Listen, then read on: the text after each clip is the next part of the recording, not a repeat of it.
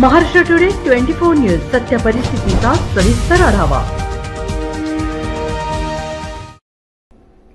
दुचाकीवरील लखन भोसले, सारिका भोसले, सानिका काळे व लहान बाळ परंडा तालुक्यातील डोंजा येथील रहिवासी असल्याची माहिती स्विफ्ट कार चालक निखिल कोळे किरकोळ जखमी परंडा तालुक्यातील भोत्रा गावातील स्विफ्ट कार असल्याची माहिती। दुचाकीवरील लखन भोसले, सारिका भोसले, सानिका काळे गंभीर जखमी असलेल्यांना बार्शी येथे उपचारासाठी नेण्यात आल्याची माहिती।